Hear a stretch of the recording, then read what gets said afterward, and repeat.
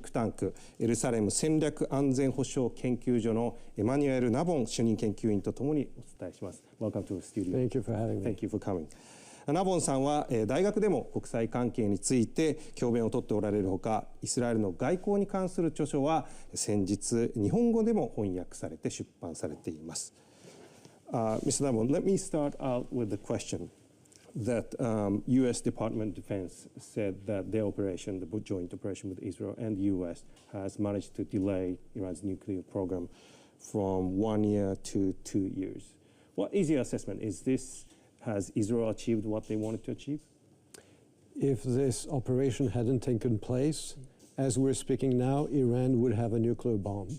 So only a military operation was able to push back Iran from the finish line of the nuclear military threshold. There are, of course, different estimations whether Iran has been pushed back by a year, by 2 years, by 3 years, but it has been pushed back, and therefore what used to constitute an existential threat to Israel has been temporarily removed, and only a military strike was able to achieve that. I want to ask you that, yes, that attack did destroy some of the nuclear facilities in Iran, but it cannot destroy the knowledge that Iranians has accumulated over the years.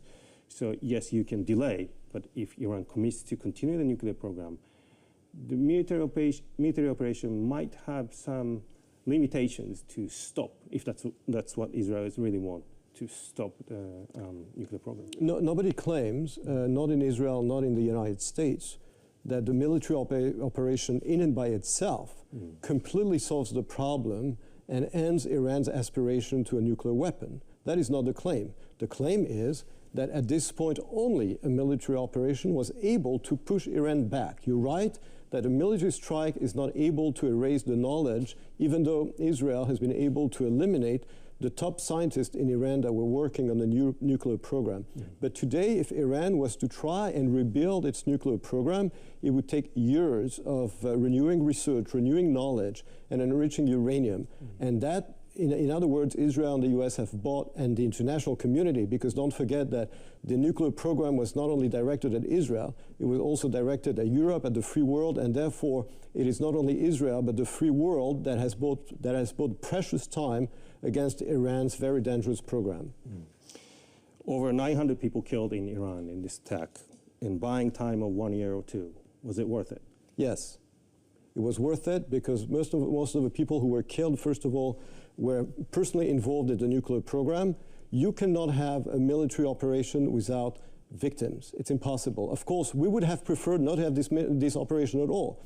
It is not us, it is not Israel, it is not the United States, it is not the free world that initiated this military nuclear program, which is intended very clearly to eliminate the Jewish people and the state of Israel.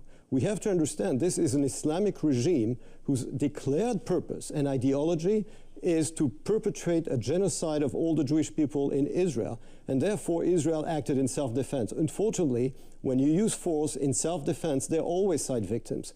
Was it worth it? Yes. Why? Because it was necessary. Is it sad? Also, yes. I wish there had been no victims, but I do not know of any war, I do not know of any military operation that was justified in self-defense that didn't make any side victims. Thank you. Israel question about the Iran has basically banned activity of IAEA.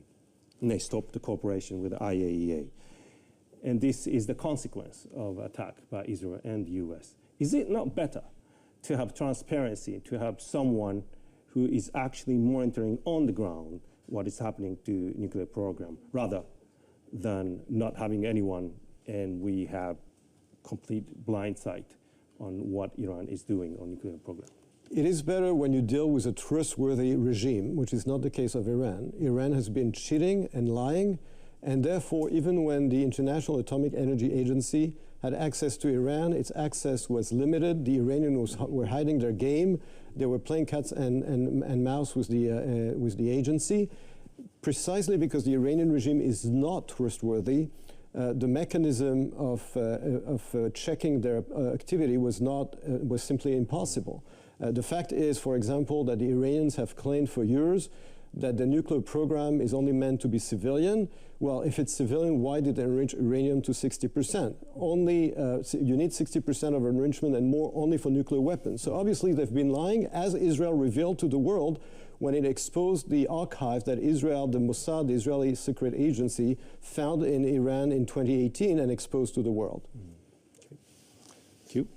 Let me ask you that it seems that diplomatic solutions is better than the military operation, as the data shows that the number of enriched uranium or the centrifuges is always down when they reach the diplomatic deal. What's your take on this? The fact is that diplomacy has never managed to block countries who wanted nuclear weapons to acquire them. This is true of China in 1964. Mm-hmm. It is true of India in 1974. It is true of Pakistan in 1988. It is true of North Korea in 2003. Those 4 countries acquired nuclear weapons despite diplomacy and despite the opposition of the international community, especially of the permanent members of the Security Council. The only countries that were denied access to the nuclear bomb against their will were, first of all, Libya, that gave up on its nuclear weapons in 2003 because they feared a military operation by the United States after the invasion of Iraq.